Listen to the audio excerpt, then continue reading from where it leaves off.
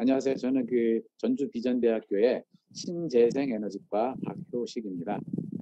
이번 필리핀 초청 이제 우리 글로벌 연수죠. 글로벌 연수 사업의 총괄 책임자를 맡고 있습니다. 예. 예, 반갑습니다. 저는 자동차 로봇 학과에 재직 중인 백일현 교수입니다. 저는 코이카 글로벌 연수 사업에서 실무를 담당하고 있습니다. 반갑습니다.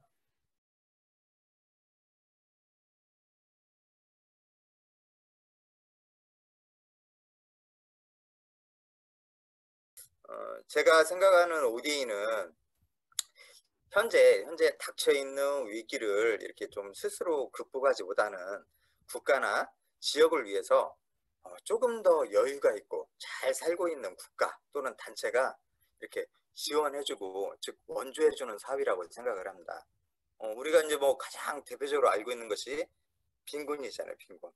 어떻게 보면 뭐 하루 한 끼 그리고 뭐 좀 더 깨끗한 물 이러한 것들이 아주 막 간절하게 원하는 이런 지역이나 이런 국가들이 있을 건데, 이런 저는 이렇게 생각해요. 이런 원조, 뭐 말 그대로 그냥 물 주고 식사를 뭐 제공을 해주는 이런 단순한 원조는 원조 받는 대상을 이렇게 좀 수동적으로 만드는다고 이렇게 생각을 합니다. 그래서 저는 ODE에서 가장 중요한 것은 바로 교육이라고 생각을 합니다. 그래서 스스로 빈곤을 탈출할 수 있고, 그래서 초등, 중등, 고등 교육을 하고, 그리고 뭔가 직장을 얻을 수 있는 직업교육, 이러한 교육까지 연결하는 이러한 교육이 매우 중요하다고 생각을 하고요. 저희가 현재 수행을 하고 있는 이 코이카 글로벌 초청 연수 사업이 그러한 대표적인 한 사례라고 생각을 합니다. 네, 어떻게 답변이 되었을까요?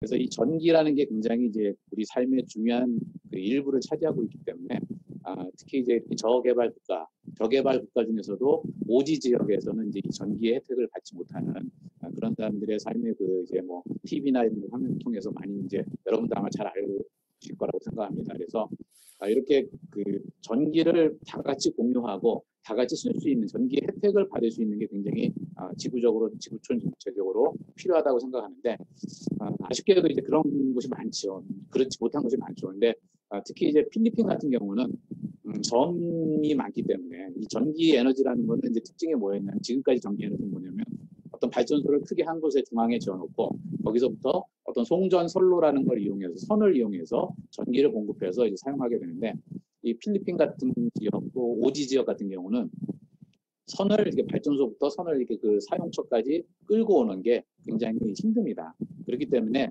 이러한 오지 지역 같은 경우는 중앙 어떤 집중적인 그런 전기 공급의 형태는 맞지가 않고 독립형으로, 여기서 말하는 독립형이라는 건 이제 마을 단위의 그 마을에 맞는 정도의 용량의 발전소를 만들어서 전기를 공급하고, 또 혹은 마을 단위가 안 된다면 가구 단위 정도로 이렇게 할 수 있는 그런 것이 실질적으로 저개발 국가 오지 지역에 전력을 공급할 수 있는 가장 빠르고 또 가장 현실적인 방법이지 않을까 생각이 됩니다. 그래서 실제로 이제 전기 분야에서 이런 분야에 대해서 많이 연구를 하고 있고요. 다른 이제 뭐 여러분들이. 그래서 대규모 자본이 필요치 않으면서 동시에 어떤 이제 그 마을에 필요한 전력을 공급할 수 있는 그런 것이 적합한, 딱 저개발 국가 오지 지역에 적합한 것이라고 생각을 해서 저희가 이제 마침 또 신재생 에너지를 하니까, 신재생 에너지가 바로 이런 독립형 전원에 굉장히 적합한 그런 방법이기 때문에, 그래서 저희가 지금 하고 있는 것과 그다음에 이 오지 지역에서 필요로 하는 니즈가 서로 딱 맞지 않나, 그래서 이제 지원하게 됐습니다.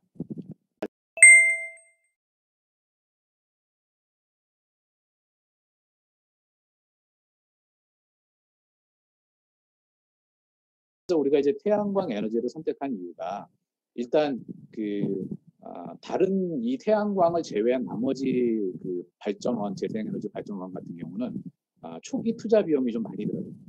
발전소 이제 유지하는, 건설하는 그런 비용이 많이 들고, 또 한 가지는 뭐냐면 우리가 이제 독립형에 굉장히 중점을 둬야 되는데 이 독립형에 맞는 방식이 많지가 않아요. 그러니까 아까 말씀드린 독립형이라는 거는 마을 단위라든지 가구 단위라든지 이렇게 소규모 단위로 할 수 있는 게 있어야 되는데 그런 것들이 태양광하고 풍력하고 그다음에 연료전지 정도. 나머지들은 조금 이제 대규모 어떤 그런 발전소에 적합하기 때문에 후보군에서는 이제 제외가 되겠고, 근데 풍력과 이제 풍력 같은 경우는 뭐냐면 이제 어떤 회전을 하기 때문에 기계적인 움직임이 필요하거든요. 그럼 기계가 막 움직이면 반대로 얘기하면 상대적으로 고장나기가 쉬운 고장의 확률이 높은 거죠. 근데 만약에 이런 걸 풍력을 오지 지역에다 설치해 놓으면 고장이 났어요. 그러면 이제 풍력 발전기가 정지돼 있을 때 빨리 가서 보수하고 그다음에 뭔가 부품을 교체해야 된다면 빨리 가서 부품을 교체를 해야 되는데 뭐 오지 지역에 그렇게 접근성도 좋지 않고 또 그런 어떤 숙련된 유지 관리 인력을 확보하기도 쉽지가 않기 때문에 사실은 풍력은 이렇게 저개발 국가에는 또 맞지 않는 그런 이제 발전 방식이죠. 그다음에 연료전지도 마찬가지고 연료전지도 계속 수소를 이제 충전해서 수소 이외에 또 다른 이제 연료를 쓰는 경우도 있지만 어쨌든 그 연료를 만들어서 그 연료를 공급하고 이렇게 바꿔야 되는 계속 이제 공급해줘야 되는데 이것도 또한 마찬가지로 오지 지역에는 맞지 않는 오지라는 건 말 그대로 접근성이 굉장히 불편한 곳인데 이렇게 수시로 연료를 공급해야 되는 그런 방식을 채택을 한다면 이것도 이제 맞지 않는 거죠.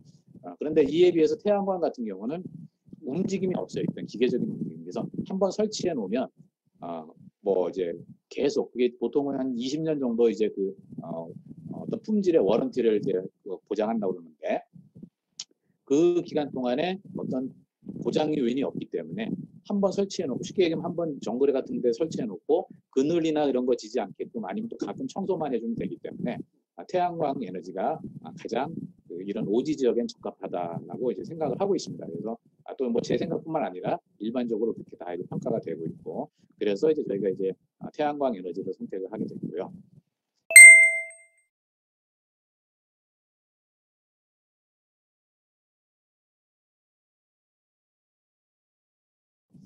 저희가 어떤 기술적인 내용은 어떤 교육 목표가 뭐냐면 그 태양광 발전소의 유지 관리 인력을 양성하는 거죠. 현지에. 그래서 어떤 뭐 밀림지역에 어떤 한 마을이 있다. 그러면 그 마을에 적합한 인원이 이런 교육을 받아서 자기 마을에 설치된 태양광 발전소를 유지 관리할 수 있는, 물론 여기서 말하는 유지 관리라는 건 간단한 거지만 그만큼 이제 고장이 없기 때문에 또 문제가 없고요. 그래서 그런 인력을 이제 양성하는 게 기술적인 목표가 되겠고요. 또한 저희가 이제 처음 이게 3년 사업인데 1년, 2년 이렇게 이제 저희가 목표하기는 뭐냐면 필리핀 지역에 그 전력 산업을 담당하는 공무원, 특히 고위 공무원들을 좀 대상으로 교육을 하고 싶다라는 생각을 갖고 있었어요.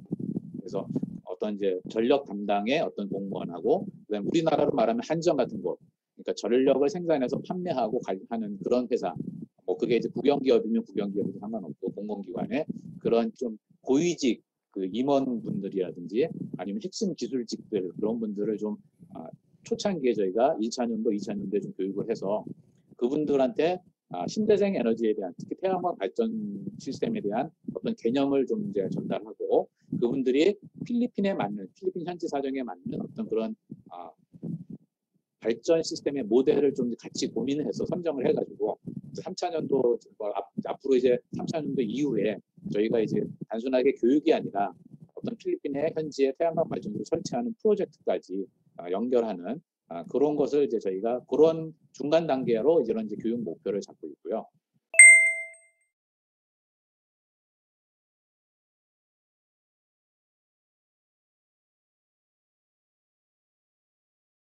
저희가 이제 작년 가을 10월 달에 2차년도 그 사업을 진행을 했습니다. 교육 연수 사업을. 근데 작년에 이제 그 코로나로 인해서 원래는 초청 연수 필리핀 사람들을 이제 초청해서 하는데 그게 안 되고 온라인으로 이제 하게 됐습니다. 코로나에 의한 이제 굉장히 큰 차질이라고 볼 수 있겠죠. 올해도 이제 10월 달에 2차년도 사업을 진행을 하게 됐는데 그것도 아마 이제 온라인으로 하게 될 것 같습니다. 그래서 그렇게 이제 코로나 때문에 좀 아쉬운 점은 있었습니다.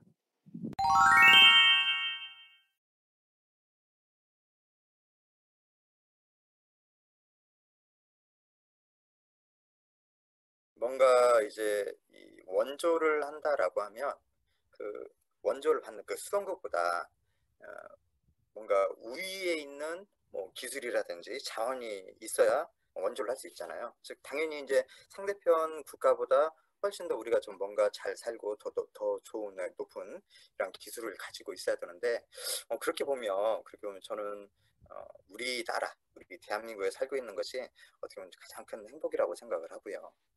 왜 그러냐면 우리나라는 그래도 선진국에 좀 포함되어 있잖아요. 예. 그중에서는 이제 우리 전라북도를 놓고 보자라고 하면은 역시 우리 전라북도도 다양한 이 뭔가 원조를 해줄 수 있는 다양한 산업 인프라가 구축이 돼 있다라고 생각을 해요. 몇 가지 예를 들어보자면 첫 번째는 농업이죠. 전라북도는 우리나라에서 가장 그 대표적인 농업지요. 그러다 보니까 이 완주군에 가면 뭐 여러분도 혹시 들어봤을지 모르겠지만 뭐 동양물산, LS, 엠트론과 같은 농기계를 만드는 회사들이 이쪽에 다 있어요. 우리나라의 이제 우수한 이 농기계 기술을 이용해서 동남아라든지 아니면 중앙아시아와 같은 나라에 농기계를 보급을 해주고 그리고 이러한 농기계를 이용해서 생산량을 늘릴 수 있는 이런 이제 다양한 기술을 이제 전수할 수가 있겠죠. 그래서 여러분들 그 팔복동에 보면 전북 테크노파크라고 있는데 이 전북 테크노파크가 얼마 전에 우즈베키스탄과 이런 농기계를 활용하는 이런 ODA 사업을 진행한 사례가 있습니다. 그리고 이제 이런 농업을 이용해서 농산물을 생산하면 이제 음식이 나오잖아요. 음식. 예를 들자면 몇 년 전에 미얀마에 가니까 이제 망고 그냥 버리더라고요. 그래서 이걸 왜 버리나라고 하고 물어봤더니 저온 저장고가 없는 거예요. 냉장고가 없는 거예요. 냉장고. 그러니까 만약에 망고를 장기간 동안 저온 저장고에 저장을 하고 이것을 식품으로 가공해서 판매할 수 있는 뭔가 유통 구조를 지원을 해줄 수가 있다라고 하면 뭔가 생산 가공 유통을 통해서 관련된 종사자들의 소득이 증가하고 이를 통해서 뭔가 좀 빈곤에서 탈출할 수 있는 이런 이제 계기가 되지 않을까라는 생각이 든다는 거죠. 이것이 이제 첫 번째 사례. 두 번째는 방금 전에 이제 박규식 교수님께서 한참 말씀해 주신 이제 태양광 쪽이죠. 전라북도 같은 경우는 솔라파크 코리아나 아니면 신성 예인저 같은 태양광 전문 기업이 입주해 있고요. 그리고 전라북도는 이제 농도다 보니까 대지가 넓단 말이에요. 그래서 넓은 이런 대지를 활용한 가정용 또는 이제 사업용 태양광 시설들이 보급이 되고 있고, 그리고 가장 대표적으로 새만금 쪽에는 이런 산업단지에 태양광 발전도 설치하고 있고요. 최근에는 이제 뭐 바다에 이제 수상 태양광까지 설치하는 사업들을 진행하고 있거든요. 이러한 이제 우수한 기술들을 활용해서 이렇게 원조를 할 수 있다. 즉 우리 뭐 전주 비전대학의 경우에는 신재생 에너지과에서 이와 관련된 전문 인력들을 양성할 수 있었기 때문에 이런 글로벌 초청 연수 사업도 할 수 있지 않았나 이런 생각이 들고요. 또 뭐 예를 들어보자면 자동차도 있습니다. 부근에 가면 현대상용차가 있고요. 그래서 거기에서 트럭과 버스 등을 생산하고 있고, 그리고 요즘에 군산시 쪽으로 가면 전기 자동차 어마어마하게 지금 생산하기 위해서 투자를 하고 있잖아요. 그리고 김제에 가면 특장차 단지가 있습니다. 혹시 특장차가 뭔지 아시나요? 여러분들 주변에서 뭐 캠핑카, 사다리차 이런 거 보셨죠? 이런 걸 특장차라 그래요. 바로 옆에 있는 김제시에 이런 특장차 단지가 조성이 되어 있어요. 방금 말씀드렸던 망고 같은 경우도 저온 저장고에 저장을 하잖아요. 그럼 이제 가공할 수 있는 공장으로 이송을 해야 되잖아요. 그럼 뭐가 필요할까요? 냉장 탑차가 필요하잖아요. 냉장 트럭, 냉동 트럭. 이런 냉동 트럭들이 특장차예요. 그러면 이러한 기술들을 이렇게 보급해주고 이쪽에서 스스로 생산할 수 있도록 원조를 해준다고 하면 스스로 이렇게 발전할 수 있지 않을까 이런 생각이 듭니다. 그래서 여러 가지 사례들이 더 있지만 이러한 전라북도에도 이러한 우수한 산업 인프라가 조성이 되어 있고 이런 산업을 활용한 ODA를 이렇게 사업으로 이렇게 배칭을 시킬 수 있다라고 하면 수원국에 매우 효과적이고 지속 가능한 개발 사업으로 이렇게 활용할 수 있지 않을까 이렇게 개인적으로 생각합니다.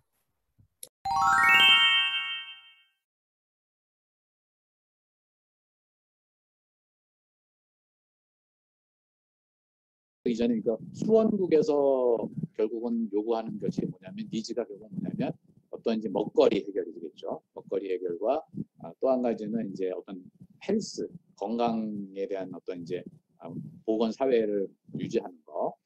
그 다음에 이제 또 한 가지 삶의 질을 개선하는 건데 그 삶의 질의 개선에 바로 이제 아까 말씀드린 대로 전력을 사용하는 마음대로 사용할 수 있는 뭐 뭐 일부 국가 같은 경우는 전력을 쓰고 있지만 아직은 뭐 제한 송전을 한다든지 그러니까 몇 시부터 몇 시까지만 전기를 쓸 수 있다든지 이런 것들이 많이 있기 때문에 그런 삶의 질의 개선의 가장 기본이 또 이런 에너지 문제. 그렇게 봤을 때 전라북도가 이 세 가지 요소를 다 갖추고 있지 않을까 하는 생각이 듭니다. 먹거리 우리 아까 말씀하신 대로 기계라든지 이런 분야가 전라북도의 특화 사업 중에 하나 있고, 그다음에 또 이제 신재생 에너지도 마찬가지로 우리가 새만금을 중심으로 이렇게 이제 전라북도의 에너지 문제를 또 전라북도가 많이 이제 신경을 쓰고 있고 관심을 갖고 있고, 제 생각에 어떤 인프라적인 거는 어느 정도 이렇게 실행할 수 있는 인프라는 이제 어느 정도 기술적으로는 갖춰져 있다라고 생각을 하고요. 결국은 이제 어떤 의지와 그다음에 도민들 참여, 학생들 참여를 이끌어내는 뭔가 이제 매개가 필요한데. 그런데 바로 이제 오다수 학생 여러분처럼 여러분들이 어떤 그런 서포터즈 같은 그런 활동이 굉장히 많이 필요할 것 같고요. SNS를 통하든 아니면 기타 여러 가지 방법을 통해서 좀 더 이렇게 여러분들이 활동하고 계신 모습을 많이 이렇게 홍보해서 그런 모습을 보고 또 많은 뭐 지금 초, 중고 학생들도 그런 걸 좀 보고 배울 수 있었으면 좋겠고요. 무엇보다도 결국은 ODA 사업은 어떻게 보면 이제 어떤 이윤을 추구하는 기업의 입장으로 보면 접근하기가 쉽진 않으니까 결국은 이윤을 추구하지 않는 대학이 중심이 되어야 되지 않을까 하는 생각이 듭니다. 그래서 대학 우리 특히 이제 뭐 전라북도에 이제 일반대 4년제 대학도 있고 전문대 대학도 있고 우리 대학을 중심으로 해서 그런 것들이 이렇게 저변 확대가 될 수 있도록 홍보를 하고 또 적극적으로 이제 이렇게 참여를 하는 유도하는 그런 것이 됐으면 좋겠습니다. 그래서 아마 지금 전북대가 그래서 그런 거점 센터의 역할을 하고 있을 거고 전주 비전대학교도 그런 거에 대해서 좀 더 ODA 사업에 대해서 이제 앞서서 한 발 앞서서 하려고 하고 있으니까 여러분들 같이 서로 이제 이렇게 시너지를 할 수 있도록 우리 학교로 오셔서 한번 취재도 좀 해서 뭐 동영상도 만들고 유튜브에 올릴 것도 만들고 또 전북대학교 활동도 좀 만들고 해가지고 같이 이렇게 좀 도예도 이렇게 올리고 하는 그런 활동을 해야 되지 않을까 하는 생각이 듭니다.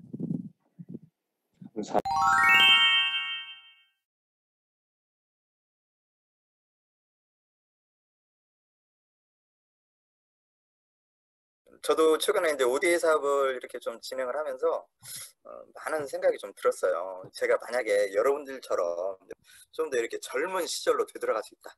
그리고 ODA에 대해서 알게 되었다라고 하면 과연 어떻게 했을까? 저라면 한번 도전을 해봤을 것 같아요. 어떻게 보면 이제 ODA 사업 같은 경우는 제 생각에는 소통, 열정, 그리고 도전하는 마음가짐이 정말 중요할 것 같아요. 예를 들자면 먼저 소통이라고 하면 내가 선국에 갔는데 현지인들하고 문화도 맞지 않고 종교도 틀리고 식습관도 완전히 다른 거예요. 그러면 이것을 한국 사람의 관점에서 바라본다라고 하면 도저히 이해할 수가 없거든요.